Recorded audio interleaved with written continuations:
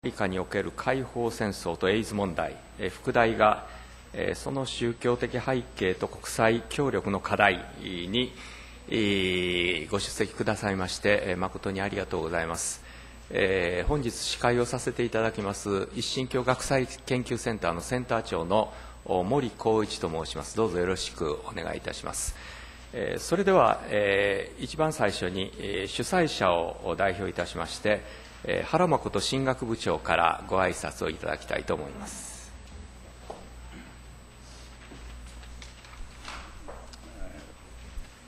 皆様方よくいらっしゃいました。神学部とそして一神教学際研究センターの共催のプログラムでございますけれども、お見受けしましたところ、同志社の神学部の学生あるいはそれ以外の同志社の学生のみならず多くの市民の方々、学外の方々もたくさんいらっしゃっている姿を感じ取っております。言うまでもなくそのアフリカというのは日本からはとても遠いところではございますけれども、歴史的にはヨーロッパの植民地の歴史が非常に長くあり、そして太平洋戦争第二次世界大戦後に独立をし、そしてそれで国境線が決められ、そして、部族あるいは民族と無関係に国境線が決められて国家が生まれていくという歴史的な経緯の中で、多くの混乱と困惑とそして現在の課題が現出していると思います。地下資源のめぐる争奪でありますとか、飢餓の問題でありますとか、そのような中で国家とは何かというようなことが現在の私たちの世界の非常に重要な課題であることは私たちマスメディアを通して知るところでございます。その植民地の歴史というものがヨーロッパ、そしてそれがとりわけキリスト教であったことも踏まえながら、現在の世界の課題の一つ、重要な課題の一つを共に学ぶ機会を与えられていますことを喜んでおります。一言だけ、ご挨拶をさせていただきました。ようこそいらっしゃいました。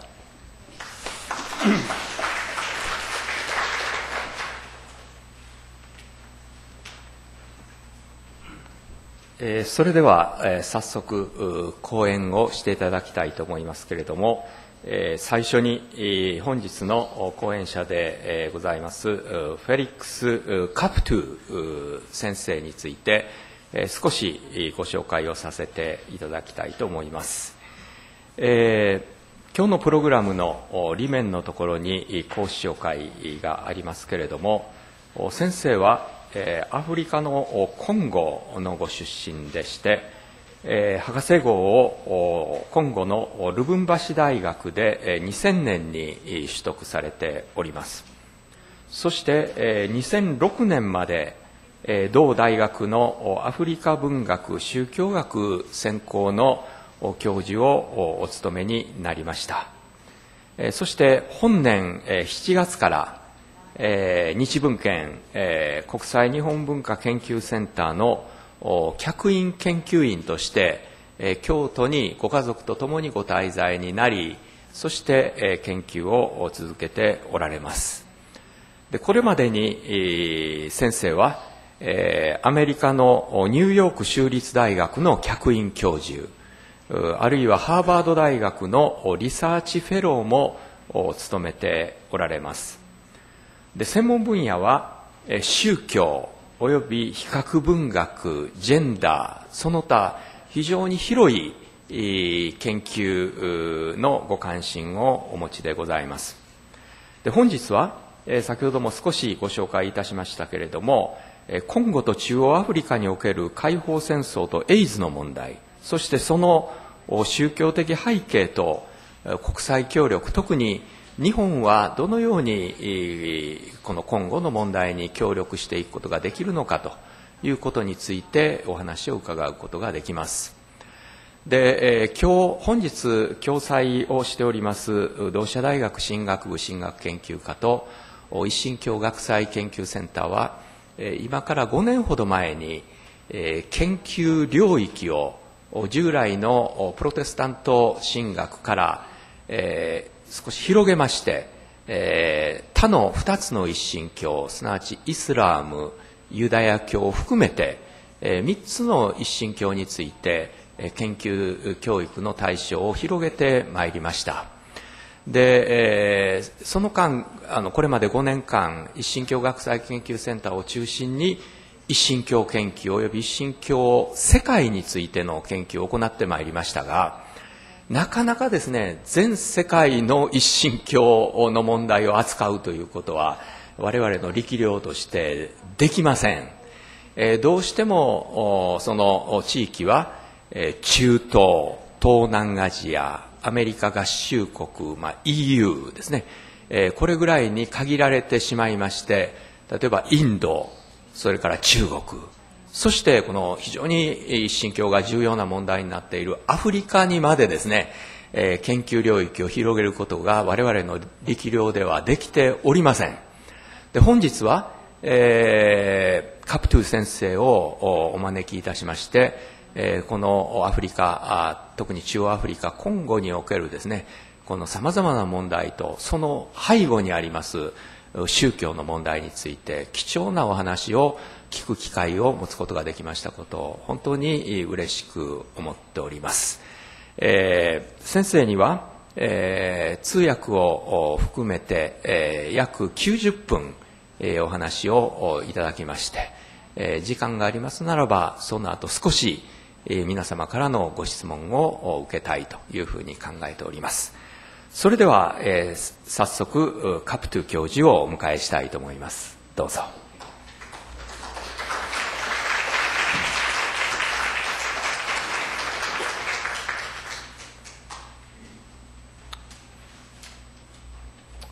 Good afternoon. It's my pleasure to be in this chapel today and share with you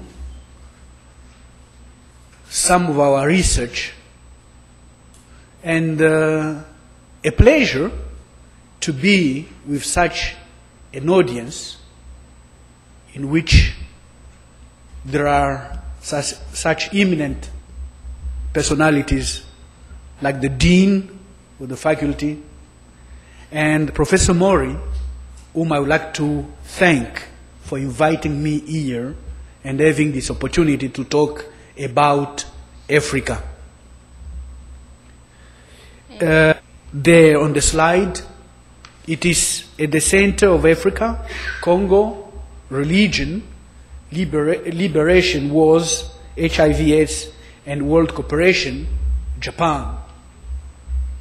So it is a very broad topic that could take hours and days, but we'll try to be as brief as possible. In the book of histories, you're going to learn that the Greeks were the first to talk about Africa. It was called the dark side of the world because they didn't know that they could go only so far as to the Mediterranean Sea. That's where they stopped. However, tried to get deeper in Africa, but they stopped at Algeria. That's why there is today, in the books you'll read about the Lenda Cartagena. So there was a powerful place in that part of Africa. Our discovery started from the 12th century. And that's the period during which some Western powers had big ships and intended to discover the world. So in 1415, Portugal occupied Morocco, later on Guinea, and in 1490 they were in the Congo. After Portugal, so many other countries came to this occupation, and we can mention France, the UK, Italy, and Germany. So all of them came and decided to occupy different places there. At that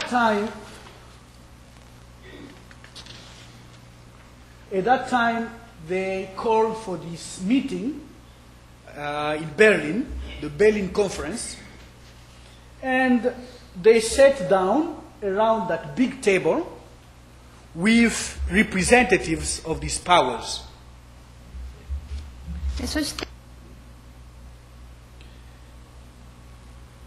So then they split Africa.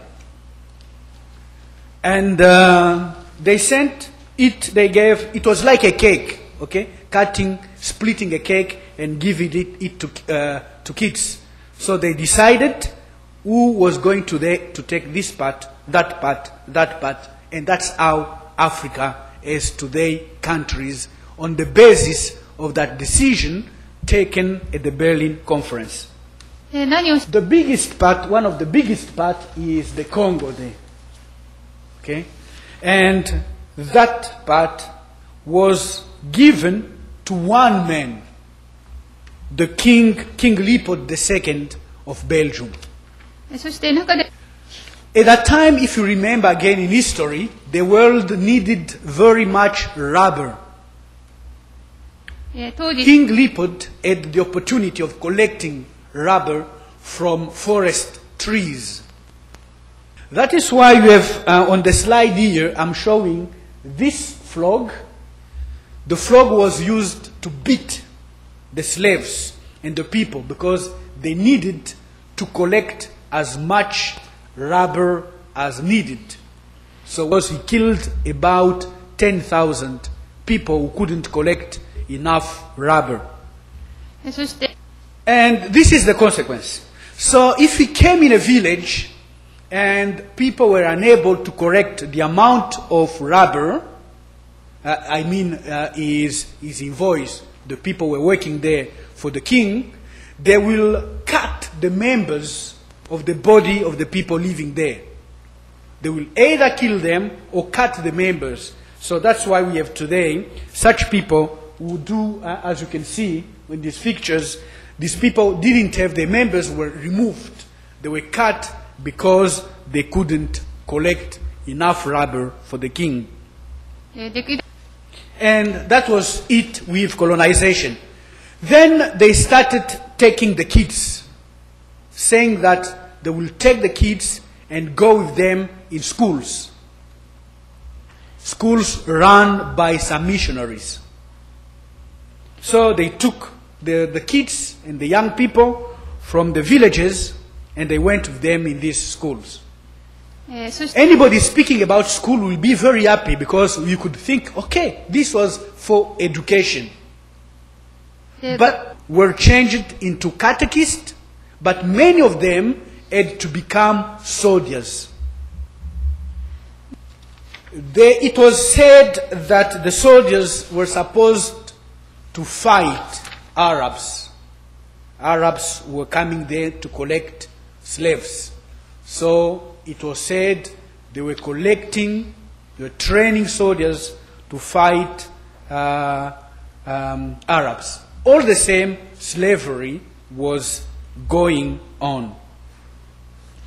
The official date of slavery, they're saying it is in 1793 to 1884, but already in 1620 we have an example in the UK. So 8 of the seamen were arrested in Spain. To get them released, they had to give to Spain 89 Africans. Why were they colonizing Africa? There were official reasons given. Among these official reasons, they were saying Africans were pagans. Pagans, that is, unbelievers. They didn't know God. That was the first reason. They didn't know God, So they were practicing fetishism and animism. They didn't have any religion. Then they said Africans didn't have any history. And then they said they were just savage, wild. They needed Christianity as light. So many philosophies of the 18th century were condemning Africans, saying that, no, these people didn't deserve anything because they didn't have anything at all. But today, when you read Claude Lévi-Strauss, when you read Mircea Eliade and others, they are showing us that the word fetishism is coming from Portuguese to mean a statue. Okay? So it's not because they were using some statues that they didn't know God. That was simply an excuse to colonize them. That is briefly the story of colonization. Now, what are the consequences of such a colonization? Catastrophic. At the independence, let us take the example of the Congo. At the independence, the Belgians have to go, the Africans have to take the country, but we had 5,900 high-ranking functionaries, Belgian. But actually in the country, there were only 9 people trained for that job. So about 0.15% of people were supposed to run that because they didn't have any skill at all. You can see the other figures. But on the bottom of all, those who were doing everything, the servants, there, the country had many people. But on the other commanding, governing levels, the country couldn't have enough skills. Success was in training soldiers, training them to fighting their brothers and conquering their own country.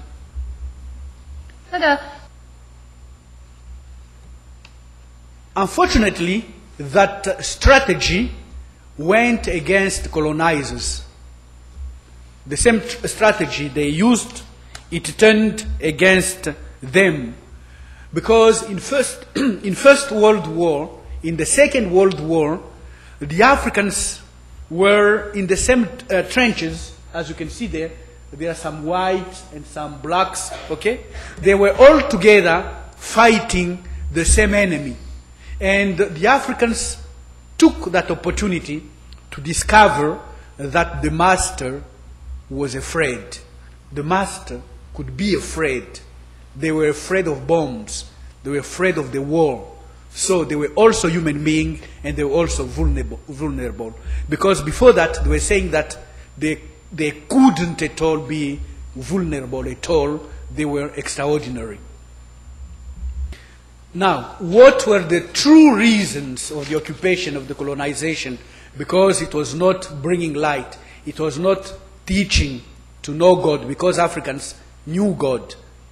It was rather, as I said, because of rubber and because of labor. They needed people to work for them. They needed rubber and they needed people to work for them. After labor and rubber, their occupation changed in something else. Now it was the scramble after the minerals, because this land is known for much copper, malachite, uranium, and cobalt. So they started running after them and trying to take as much as possible of these minerals from Africa. So this made sure that they had to be there, they had to occupy the land to make sure that they could withdraw as much as possible of these resources. As I said, because the labor was very cheap, so the Africans were the one supposed to go deep in the mines in very dangerous and risky conditions to collect these minerals and bring them to the masters. The same scramble went to deforestation.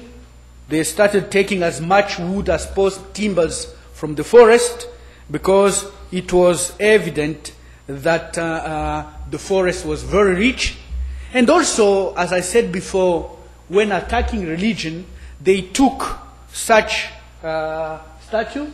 They took them from the villages, from the shrines, etc., saying that these people were pagan, they were fetishist. But today, when you go in museums, in Europe, in the UK, in Belgium, and when you go in the United States, you're going to find that the same things they withdrew from there, they are now in their museums there. So again, that forest which could help very much today when the weather is changing in the world, so the wood and the timbers are taken away, and this is becoming a danger for the future. Came out with cliché and stereotypes of Africans. They tried to communicate to the world how they think the Africans are. For them, the Africans were only able to be servant, to have some menial working houses, working for people, because they couldn't have any brain at all. So they communicated those ideas to the world, trying to share the stereotypes and the cliché all over the world. Yes. Men were described as servant. Women were only, through this cliché spread all over the world, were described as prostitutes. It is under these conditions that we reached the independence when they had to leave. So it was time for them to leave. They had trained people to get on power without respecting traditions. They had trained people to deny themselves, to deny their value, to deny the knowledge of God. So then they had to give them independence. That because of this misunderstanding, oppositions, conflicts started between people. They started fighting for power, power per se, without working for the power, without working for the idea of working for the nation, working for the people, etc. And the foreign aids also were associated at that time to ideologies. It was the time of the Cold War. So even the aids coming from the foreign countries were attributed to African countries. If they were saying that they were with the Americans, they will receive aid from the Americans. With the Russians, they will receive aid from the Russians, but without taking care as such of the people. Examples, in Uganda, we had the President Idi Amin, a dictator, but he was helped by the UK because he was standing for the West. In the Congo, we had President Mobutu, a dictator for about 40 years, but he was receiving aids because he was claiming belonging to the West. In Angola, they were receiving aids from Russia because they were claiming communism. But actually, these leaders within their countries were dictators. So the education was very poor, and the most sacrificed were women. There are many countries, many villages in which women, even today, don't have the chance to have any kind of education. そして Africa changed in the ground of war, in a continent of war. First of all, it was the wars of ideologies, okay? And it has shifted today to ethnic wars. So there will be the members of such a group speaking such a language fighting another group, whereas before this it was a war of ideology with the founds coming from the West. They will be pumping and then opposing people from the same country. Looking at the map which is in front of you, you're going to have wars which characterized the East. In the same East, we had the war like today in Somalia, in Eritrea, in Ethiopia. Okay, so there was much war there. But again, all this is happening with much displacement of people moving from one place to another, from the south to the north, from the north to Namibia, to Angola, to the center of Africa, etc. But again, with the people moving from one place to another. This explains why HIV/AIDS is very high. Excuse me that shifting like that from one topic to another, but because of this displacement of people from one place to another, from one area to another, and because of the war, today HIV/AIDS is very high in sub-Saharan Africa. この Major consequences of HIV/AIDS are these. Number one, people could live and reach about 60, 65 years, etc.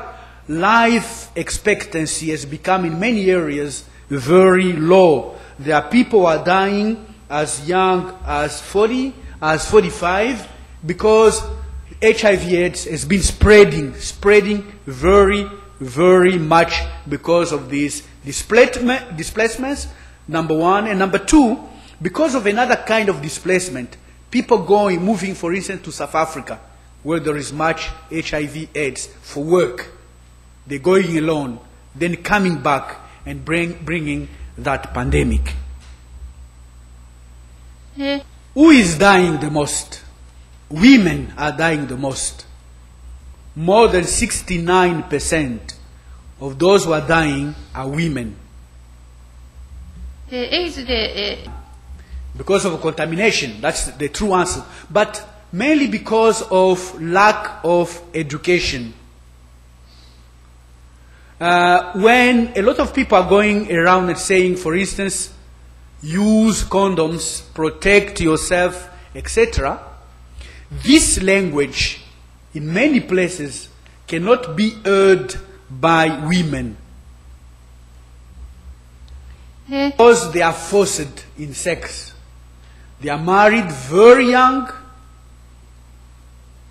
then they don't have a decision to take. Men are taking the decision, and some men are allowed to have a lot of partners, so women are the victims. There is 70 or more, 70% of worldwide propagation of AIDS is in sub-Saharan Africa. ここに There are very good examples of work to fight it in countries such as Uganda and Malawi. These are countries that are doing very well. They're fighting against it, and the rate is decreasing. But again, the West is coming to try medicine in the South. They're trying medicine, but they're not providing such medicine. In a book on which I've been working, my thesis was this. The West is failing to stop AIDS because they are coming in the process. They are not going to the origin, to the causes. Because, as I said before, many women are contaminated because they are they have changed sex in a way of living. Some of them in major countries get in prostitution to get means to survive, and therefore they don't have any choice. Today, when they speak about foreign aids, you're going to see that there is a growth. They're saying that there is a growth in Africa, especially with the presence with China. We'll speak later on about China.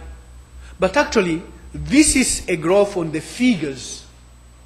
It's a growth which doesn't go to the grassroots, and that's the problem, because growth is stopping to a given level and is not addressing the issues of the grassroots. That is the policy of China. China is giving a lot of money to Africa, but this is done on the basis of what they call win-win policy, which actually puts aside the grassroots, which doesn't have any moral dimension. And because of that, Africa will still be running the danger of underdevelopment and suffering for the future when it is dealing with partners concentrated on the paying on giving the aid as such, but without being concerned about what the aid is doing exactly in the countries. Well, there is some hope with Japan. Japan is a long way in the conception of aid compared to China. It is somehow more concerned with the grassroots, with the people, and the head, as you can see there, is clearly subdivided in what is going where. So one of my theses for the future, for that approach to be a real success, there is a small change to bring in. If Japan could add working with universities in partnership with African universities, with partnership with the universities of Japan in partnership, because the universities are known because of the three missions: education, research, and services to the community. I think then the aids sent to Africa will going to succeed. This is already tried in Malawi. Japan is doing that. But also in Africa, we tried that with some other countries, like Belgium and some other countries, where the aid is discussed among the university partners. It seems to be bringing much more benefit.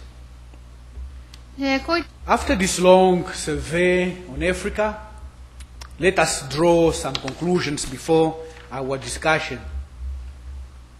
I said that Africa was discovered as an expression of Western imperial power. So it was for them an expression of power to go and discover another continent, another country. Cases, religion became only an excuse. I said in many cases, okay? Because today we have a really authentic African Christianity. But at that time, in many cases, it became an excuse because even the missionaries were submitted to the orders of the colonial powers who told them, you can teach this, you cannot teach this, tell them this, do not tell them this. Education as such was very poor. It didn't reach much, as I showed it on the chart. It couldn't train people in the right way. But it ensured the foreign presence in the country. So that was it. The foreign presence had to be there. It had to be there in the past, and it is still there. The weaknesses of this colonization, of this meeting, reflected the after independence, where people were running after power, power for power, without any care of the people. A cooperation based on ideologies, and later on some kind of friendship with this one and that one, and finally it led to the failure of many countries. そして、 Any hope for the future? Yes. There is some hope when we have some examples of good cooperation, like the cooperation Japan. It's not because I'm here that I'm saying that Japan is having with Africa. These are good examples of cooperation that may bring some light to the future. The example of China needs change. 将来 That is all I wanted to share with you today. Thank you very much for your presence. 以上です。ご清聴ありがとう。